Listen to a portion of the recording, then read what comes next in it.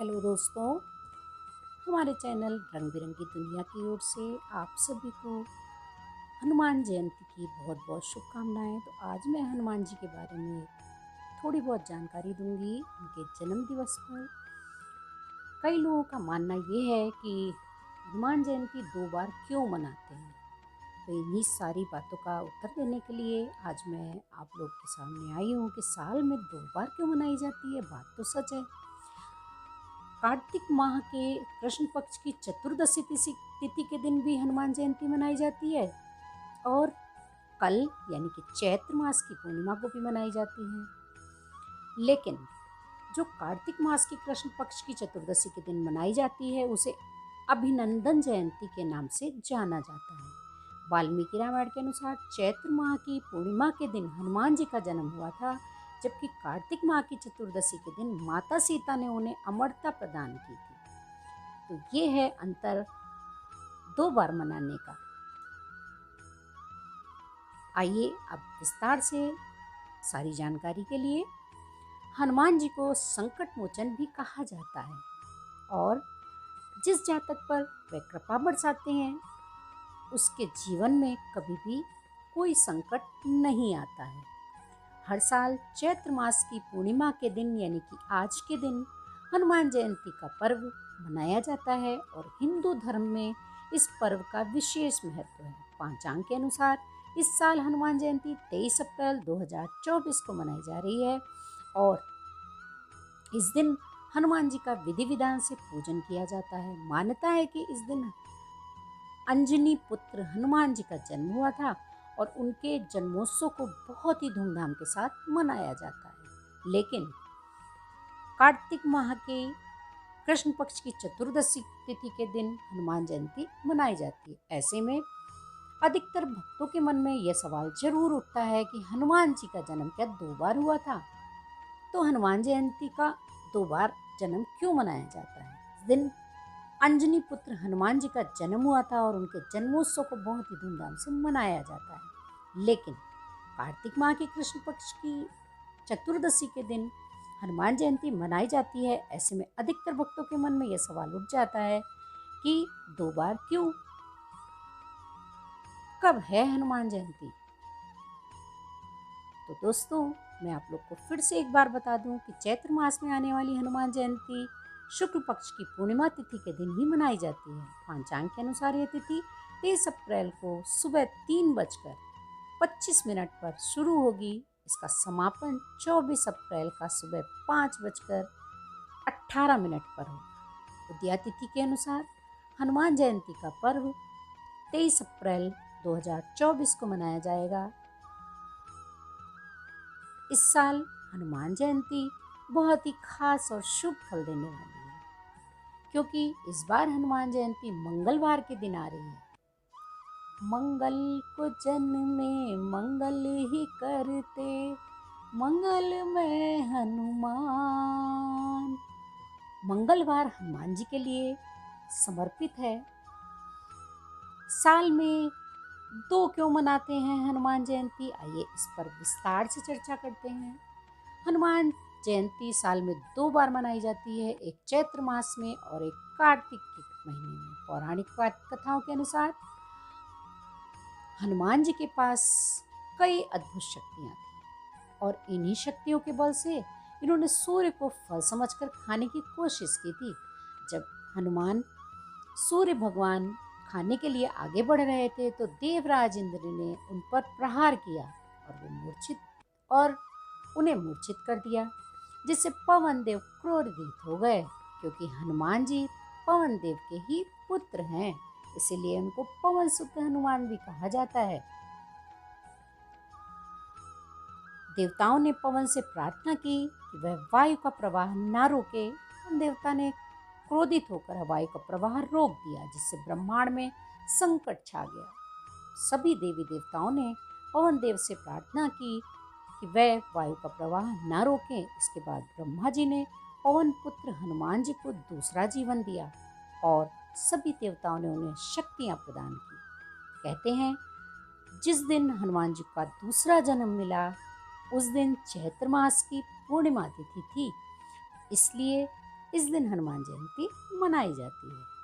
कार्तिक माह के कृष्ण पक्ष की चतुर्दशी के दिन हनुमान जयंती भी मनाई जाती है। इसे अभिनंदन जयंती के नाम से जाना जाता है। वाल्मीकि रामायण के अनुसार चैत्र माह की पूर्णिमा के दिन हनुमान जी का जन्म हुआ था, जबकि कार्तिक माह की चतुर्दशी के दिन माता सीता ने उन्हें अमरता का वरदान दिया था। इसलिए साल में 2 बार मनाई जाती है हनुमान जयंती। आइए, इनके नाम को लेकर भी लोगों में पृथक पृथक भ्रांतियां हैं, तो उसके लिए भी मैं थोड़ी सी जानकारी दूंगी। हनुमान जी का नाम पवनसुत जन्म के बाद रखा गया नाम नहीं था, बल्कि ये नाम तो हनुमान जी के जन्म से पहले ही तय हो गया था। हनुमान जी को पवनसुत कहे जाने के संदर्भ में एक पौराणिक कथा है कि एक बार जब पुंजिक स्थला नाम की अप्सरा स्वर्गलोक में भ्रमण कर रही थी, तो उसी समय रावण भी स्वर्गलोक में पहुंचा।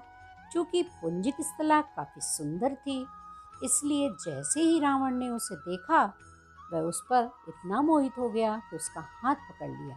रावण की इस हरकत से पुंजिक स्थला अत्यधिक क्रोधित हुई और सीधे ब्रह्मा जी के पास गई तथा रावण की इस हरकत के बारे में ब्रह्मा जी को बताया। ब्रह्मा जी ने रावण को उसकी इस हरकत के लिए काफी फटकारा, लेकिन पुंजिक स्थला को इससे संतुष्टि नहीं हुई। इसलिए पुंजिक स्थला ने रावण से स्वयं अपने अपमान का बदला लेने की ठान ली। पुंजिक स्थला रावण से अपने अपमान का बदला ले सके, इसी कारण शिव ने माता अंजना, जो कि पुंजिक स्थला ही थी, के गर्भ से हनुमान के रूप में जन्म लिया। क्योंकि रावण शिव जी का परम भक्त था और उनके आशीर्वाद से ही रावण को बहुत सी शक्तियां प्राप्त हुई थी, इसलिए वे स्वयं रावण की मृत्यु का कारण नहीं बन सकते थे। अतः इन्होंने इस कार्य को संपन्न करने के लिए पवन देव को बुलाया और उन्हें अपना दिव्य पुंज देकर कहा कि जाओ और इस दिव्य पुंज को अंजना के गर्भ में स्थापित करो।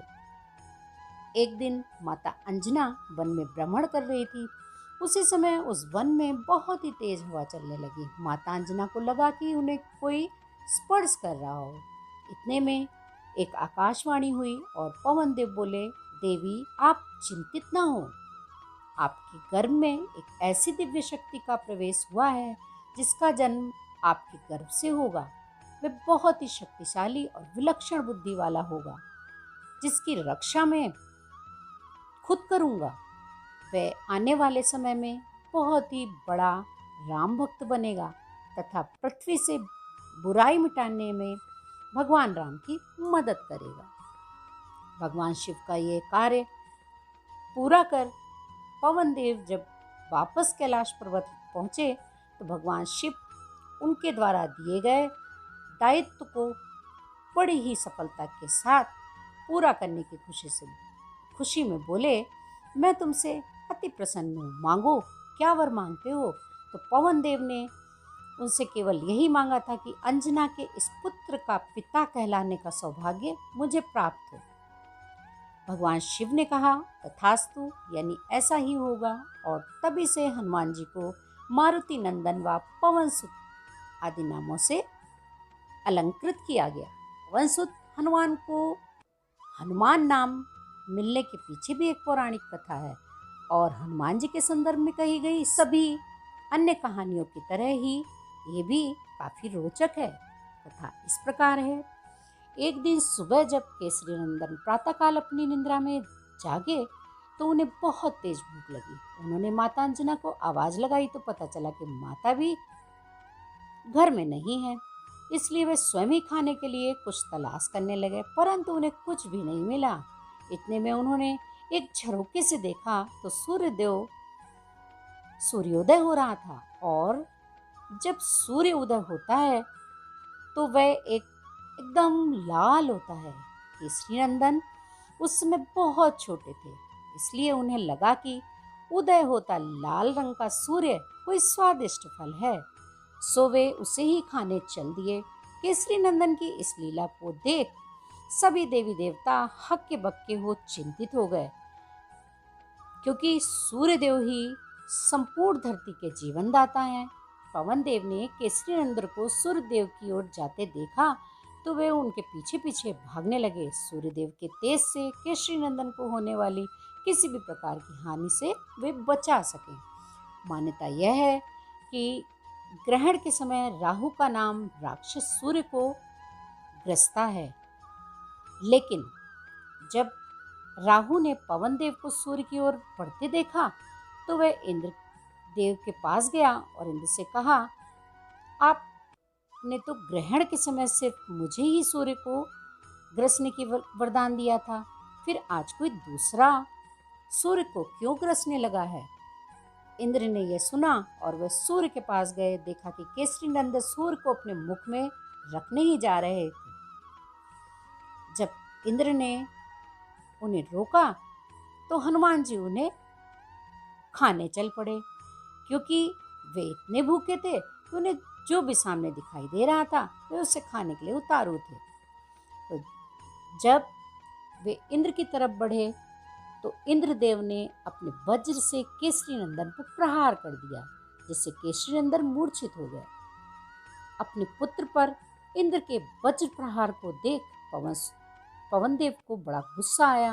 उन्होंने अपने पुत्र को उठाया और एक गुफा में लेकर चले गए तथा क्रोध के कारण उन्होंने पृथ्वी पर वायु प्रवाह को रोक दिया, जिससे पृथ्वी के सभी जीवों को सांस लेने में कठिनाई होने लगी। धीरे धीरे सभी मरने लगे। यह सब देखकर इंद्रदेव भगवान ब्रह्मा के पास गए, उन्हें सारी समस्या बताई। ब्रह्मा सभी देवगण पवन देव के पास पहुँचे। वह ब्रह्मा जी ने केसरी नंदन की मूर्छा अवस्था को समाप्त किया। सभी देवता गणों को केसरी नंदन के जन्म के उद्देश्य के बारे में बताया।